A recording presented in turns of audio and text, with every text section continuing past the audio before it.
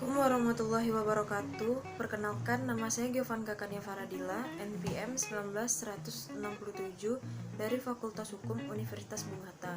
Di video ini saya akan menjawab soal ujian akhir semester saya dengan mata kuliah Hukum Administrasi Negara. 1. Sebutkan dan jelaskan cara memperoleh kewenangan. Cara memperoleh kewenangan ada 3 cara. 1.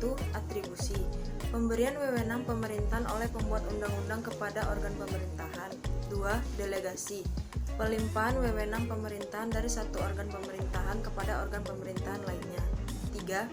Mandat, terjadi ketika organ pemerintahan mengizinkan kewenangannya dijalankan oleh organ lain atas namanya. 2.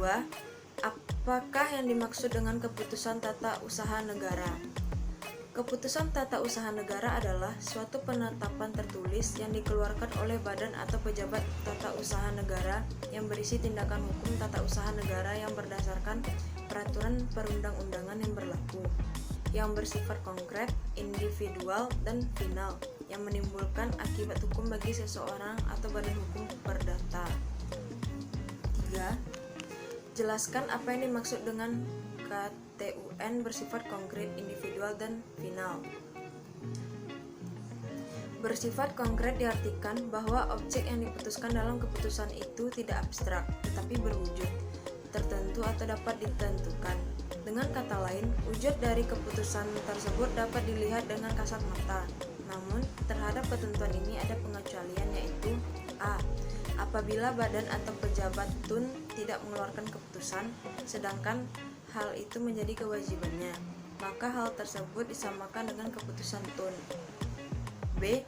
Jika suatu badan atau pejabat TUN tidak mengeluarkan keputusan yang dimohon, sedangkan jangka waktu sebagaimana ditentukan dalam peraturan perundang-undangan yang dimaksud telah lewat, maka badan atau pejabat TUN tersebut dianggap telah menolak mengeluarkan keputusan yang dimaksud. C. Dalam hal peraturan perundang-undangan yang bersangkutan tidak menentukan jangka waktu, maka setelah lewat waktu 4 bulan sejak diterimanya permohonan, badan atau pejabat TUN yang bersangkutan dianggap telah mengeluarkan keputusan penolakan. Selanjutnya, bersifat individual, diartikan bahwa keputusan tata usaha negara itu tidak ditujukan untuk umum, tetapi tertentu baik alamat maupun yang dituju. Kalau yang dituju itu lebih dari satu orang, maka tiap-tiap individu harus dicantumkan namanya dalam keputusan tersebut.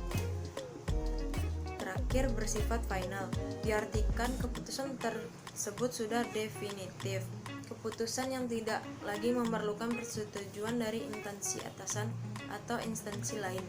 Karenanya, keputusan ini dapat menimbulkan akibat hukum. Soal nomor 4. Jelaskan syarat-syarat sah suatu keputusan tata usaha negara. A. Syarat material, yaitu syarat yang berkaitan dengan isi. Syarat material dibagi menjadi 3, yaitu 1. Harus dibuat oleh aparat yang berwenang.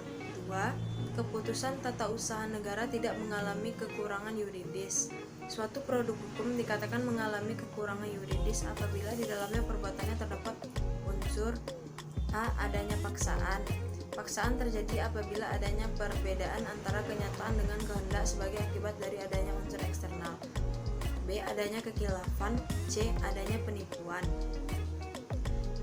3. Tujuan ketetapan sama dengan tujuan yang mendasarinya.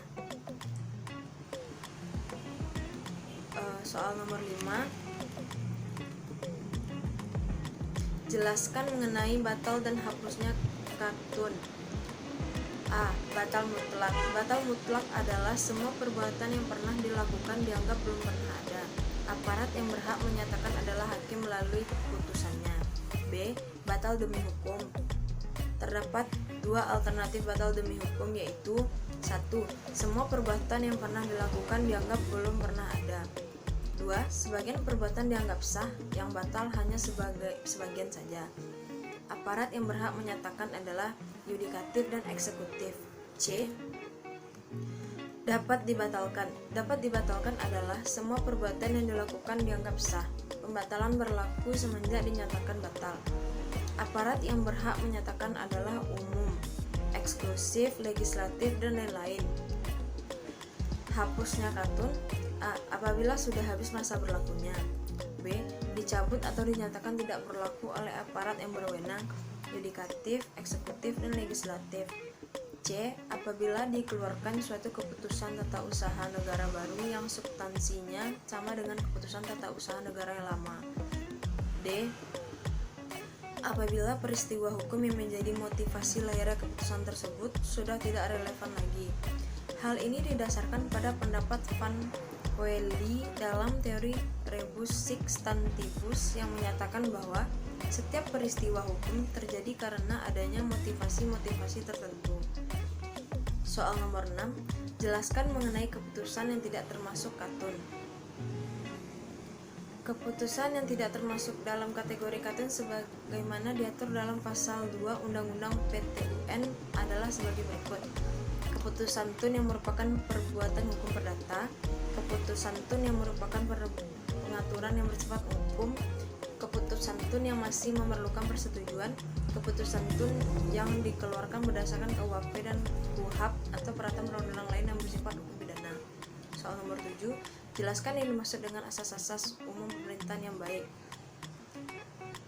AAUPB merupakan prinsip yang digunakan sebagai acuan penggunaan wewenang bagi pejabat pemerintah dalam mengeluarkan keputusan dan atau tindakan dalam penyelenggaraan pemerintahan. 8. Jelaskan kedudukan AAUPB dalam sistem hukum. Berdasarkan pendapat William Congenenbelt dan Tenberg tersebut, tampak bahwa kedudukan AAUPB dalam sistem hukum adalah sebagai hukum tidak tertulis. Sebenarnya, menyamakan AAUPB dengan norma hukum tidak tertulis dapat menimbulkan salah paham, sebab dalam konteks ilmu hukum telah dikenal bahwa antara asas dan norma itu terdapat perbedaan. Soal nomor 9, jelaskan arti penting dari fungsi AAUPB.